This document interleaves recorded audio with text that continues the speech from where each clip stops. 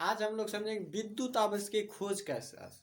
दोस्तों, विद्युत आवेश का खोज का इतिहास जो बहुत ही रोमांचक रहा है, और ये जो एक चरण से नहीं, बहुत पहले से ही जो इस पर जो लोग जो धीरे धीरे सोचना शुरू किए। जैसे अभी भी हम देखते हैं बहुत सारे अंधविश्वास हैं, जैसे भगवान होते हैं या नहीं, ये सारे बहुत सारे सवाल हैं जिसके जवाब हमारे पास नहीं है, जो साइंस भी नहीं दे सकता। तो लेकिन जो अभी बहुत कम कम जो है अंधविश्वास है, जैसे कि अभी हम सिर्फ यही नहीं जानते हैं कि भगवान होते हैं या नहीं, या विज्ञान इसी का जवाब नहीं दे सकता। लेकिन और जो कारण है, जैसे पहले हम ये समझते थे कि वर्षा होती है तो भगवान की मर्जी से होती है, या बादल गरजते हैं तो भगवान की मर्जी से गरजते हैं। तो ये सब ये जो अंधविश्वास थे, इसे विज्ञान ने तोड़ा, इसे बताया। तो ये जो सब कारण हुआ है मनुष्य की सोच के कारण, कि हमें कोई भी सवाल का जवाब तब तक नहीं मिलता जब हम उस पर क्यों खड़ा नहीं करते। जब तक हम किसी भी चीज़ पर क्यों नहीं लगाएंगे तब तक हमें उसका कारण का पता नहीं चलेगा कि आखिर वो होता क्यों है। तो धीरे धीरे मनुष्य ने अपने आप को विकसित किया। तो पुराने ज़माने में जो है यूरोप सारे के लोग जो है अब इस पर विचार करने लगे कि आखिर बादल गरजते क्यों हैं, अगर वर्षा क्यों होती है। तो इस सब पर जो वो सवाल करना शुरू कर दिए, क्यों लगाना शुरू कर दिए, आखिर ऐसा होता क्यों है। तो धीरे धीरे जो इसी तरह से जो विकसित करके जो आज हमने इतनी तरक्की कर ली है, या हम कहते हैं कि आज विज्ञान बहुत ज़्यादा तरक्की कर चुका है। तो ये सब इसी सब का फल है कि वैज्ञानिकों ने या लोगों ने जो इस पर मंथन करना शुरू किया। तो आज हम लोग जो समझेंगे विद्युत आवेश का खोज का इतिहास को समझेंगे। तो विद्युत आवेश का खोज के इतिहास जो शुरू होता है वो होता है थेल्स महोदय से। एक ये जो है एक गणितज्ञ थे।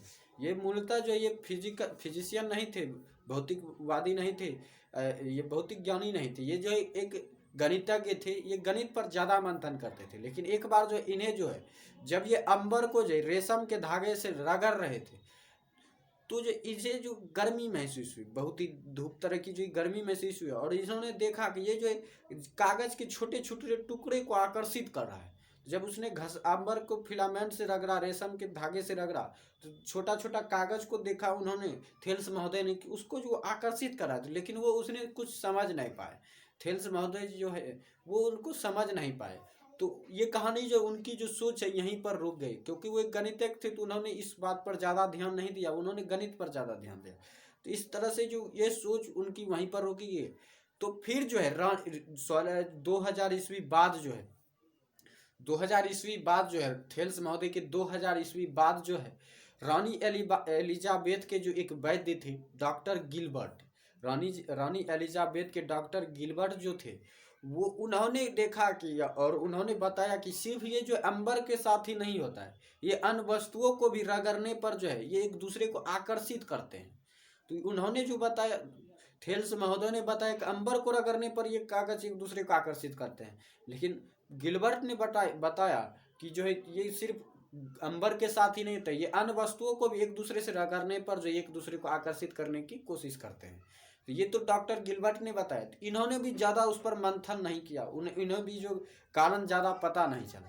फिर जो है 1646 ईस्वी में, 1646 ईस्वी में सर जॉर्ज ब्राउन ने जो है, टॉमस ब्राउन ने जो है इस पर मंथन किया। तो उन्होंने बताया कि ये जो है एक दूसरे को आकर्षित करते हैं। ये जो वस्तु में जो एक दूसरे को आकर्षित करने वाला गुण है, इसे जो हम विद्युत कहते हैं। इसे उन्होंने जो टॉमस ब्राउन ने जो विद्युत नाम दिया। और इन्होंने बताया कि जो विद्युत जो है, जो वस्तु में ऐसा गुण पाया जाता है, जिस वस्तु में ऐसा गुण पाया जाता है, इसे विद्युन्मय या आवेशित वस्तु कहते हैं।